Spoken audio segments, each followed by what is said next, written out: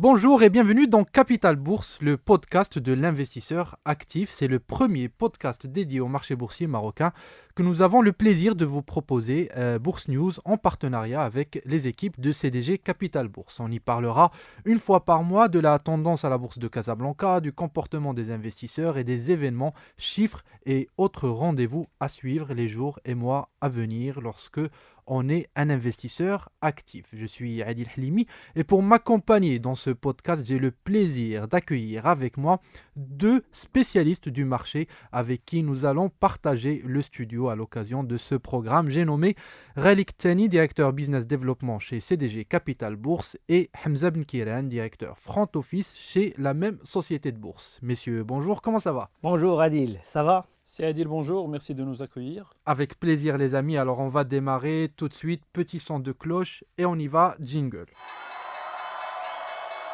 Alors pour démarrer, on va d'abord revenir un peu sur le comportement du marché depuis cet été et particulièrement depuis fin septembre. On l'a vu après le conseil de Banque Maghreb, on a eu un petit décrochage sur le marché. On va essayer d'expliquer tout cela et je vous donne peut-être la parole à vous, Hamza Benkiran. Est-ce qu'on peut revenir sur ces dernières semaines un peu difficiles sur le marché boursier?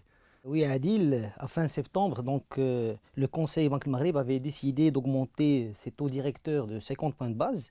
Et c'est pour mieux juguler la forte inflation que connaît notre pays. D'ailleurs, il est très important de rappeler que lors du même conseil tenu en juin de cette année, cette hausse des prix était considérée comme importée et ne nécessitait pas d'intervention monétaire. Ce changement de cap a été motivé par la transmission de l'inflation des biens échangeables vers ceux non échangeables. Et ceci dénote un ancrage de la cherté des prix contre laquelle il a été impératif d'agir.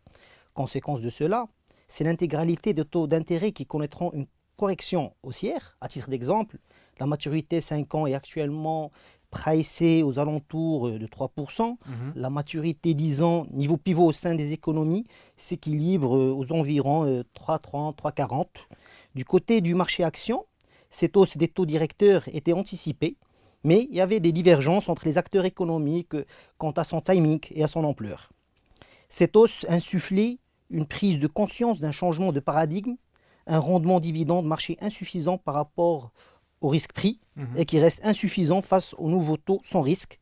Ceci aura naturellement pour conséquence un phénomène économique connu sous le nom de flight to quality. D'ailleurs, post-annonce de la hausse des taux directeurs, s'en est suivi une correction baissière du marché dès le lendemain. Sinon, au-delà du volet technique qui spot le niveau de cherté de rendement, il est clair que les taux d'intérêt plus chers auront un impact fondamental à travers les structures financières des sociétés. Toute chose égale par ailleurs. Ok, très bien. Merci pour ce topo, Hamza.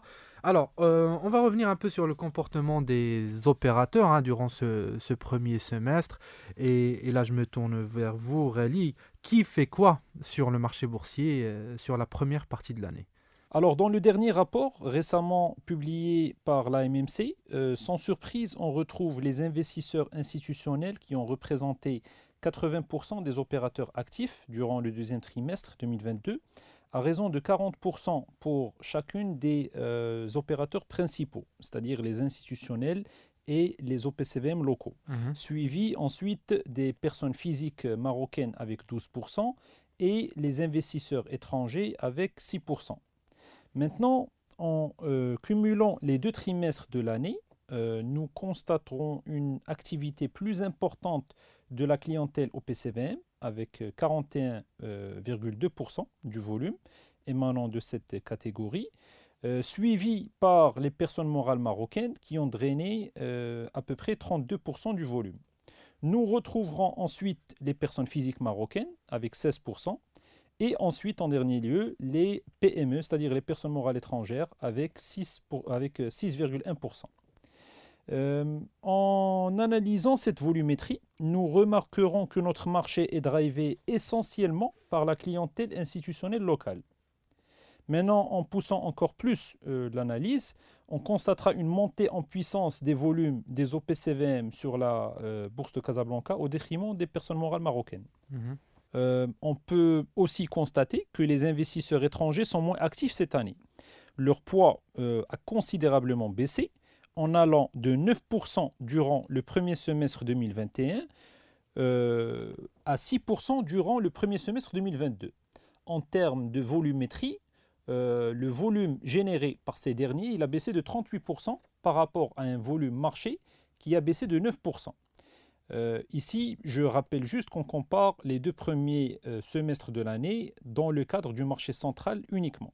En termes de sens, je rappelle que les chiffres du premier semestre 2022 font ressortir que les personnes morales marocaines ont été acheteurs nets et que les OPCVM ont été vendeurs nets globalement. Alors, merci pour ce topo rallye. Alors, Hamza, on parlait tout à l'heure en introduction, hein, la hausse du taux directeur a provoqué quelques décrochages sur le marché actions et avec ces tensions qu'on connaît sur les taux. Alors, dans ce contexte-là, et puis on a l'inflation et l'ensemble de ces éléments, quels sont selon vous les secteurs à surveiller dans ce contexte actuel, rallye? Je rappelle juste que le contexte actuel, il est très particulier. Il se caractérise tout d'abord par des tensions géopolitiques qui persistent et qui semblent s'aggraver davantage avec, entre autres, leurs conséquences sur les matières premières. L'inflation qui est forte et soutenue, qui, d'après le dernier rapport de Banque Maghreb, comme a dit mon collègue tout à l'heure, elle n'est désormais plus qu'importée, mais on parle maintenant d'une inflation diffusée vers les prix des produits non échangeables. De plus, nous traversons une année de sécheresse qui a été d'ailleurs responsable de la baisse de la valeur ajoutée agricole et qui risque de sévir de nouveau cette année, ce qui est naturellement en défaveur des valeurs du secteur agricole. Donc, face à la hausse des rendements obligataires notamment, les investisseurs devraient se pencher vers des valeurs qui pourront offrir un yield qu'ils jugent suffisamment élevé. Pour cela, les valeurs potentiellement ciblées devraient disposer de marges suffisantes malgré les pressions inflationnistes pour le maintenir. Ainsi, il serait possible de justifier un arbitrage en faveur de ces composants du marché action. Par conséquent, les secteurs qui incluent les valeurs offrant un rendement solide, ainsi qu'une croissance et des fondamentaux estimés résilients, sont ceux sur lesquels les investisseurs se pencheraient en premier. Alors, il y a aussi le taux de change USD-MAD qui joue et il jouera toujours un rôle important dans les échanges et surtout dans ce contexte. Alors, un dollar, comme actuellement, fort, il est en faveur des exportateurs et en défaveur des importateurs.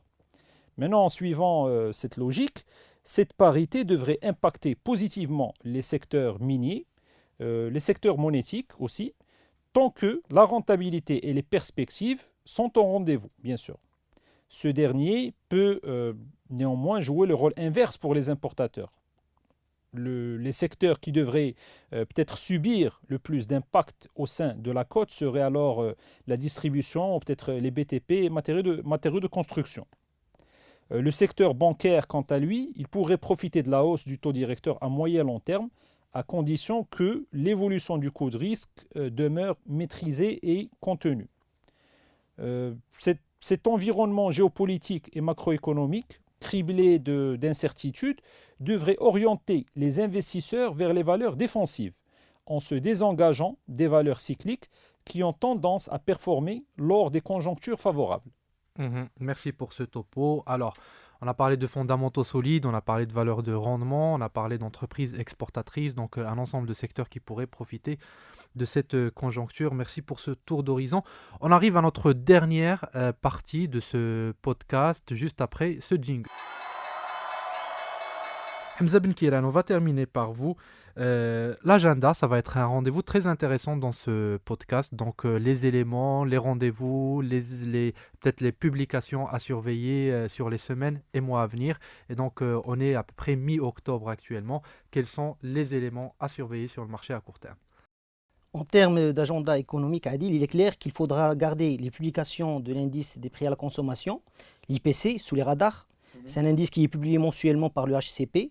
C'est l'indice qui synthétise l'évolution des prix à travers un panier moyen de consommation. À rappeler que cet indice a culminé jusqu'à 8% en août et que son évolution moyenne sur l'année 2022 devrait ressortir à plus de 6%. Quid de la décision qui sera prise par la Banque Maghreb en décembre de cette année? Cette décision sera bien évidemment tributaire de l'évolution de la situation de stabilité des prix, mais également de l'évolution internationale, savoir la guerre en Ukraine, les prix de matières premières, la situation en Chine, etc. En attendant, on verra aussi la publication sous peu du projet de loi de finances qu'il faudra analyser minutieusement. La question qu'il est impératif de se poser, est-ce que le Trésor arrivera à maintenir son niveau d'investissement et à ancrer davantage son orientation sociale dans un contexte de tension sur le budget et sur les taux de financement? D'autres indicateurs sont à scruter, à l'image des indicateurs avancés, tels que l'indice des prix à la production, également le solde courant, les réserves de change. En résumé, il faudra surveiller les indicateurs avancés, IPP et l'évolution de l'IPC, apprécier les décisions entérinées au niveau du projet de loi de finances et essayer de mieux anticiper la décision du prochain comité de Banque El Maghreb. Eh bien voilà, merci beaucoup Hamza. Je pense qu'avec tout cela, on est outillé pour suivre l'actualité. Actualité qu'on continuera de suivre à travers ce podcast. Et messieurs, je vous donne rendez-vous dans un mois pour de nouveau faire le point. Et je vous remercie. Ralik Tchani, directeur business développement chez CDG Capital Bourse, et Hamza Ben Kiran, directeur front office dans la même société de bourse. Merci messieurs. Merci Merci, Ali. Ali.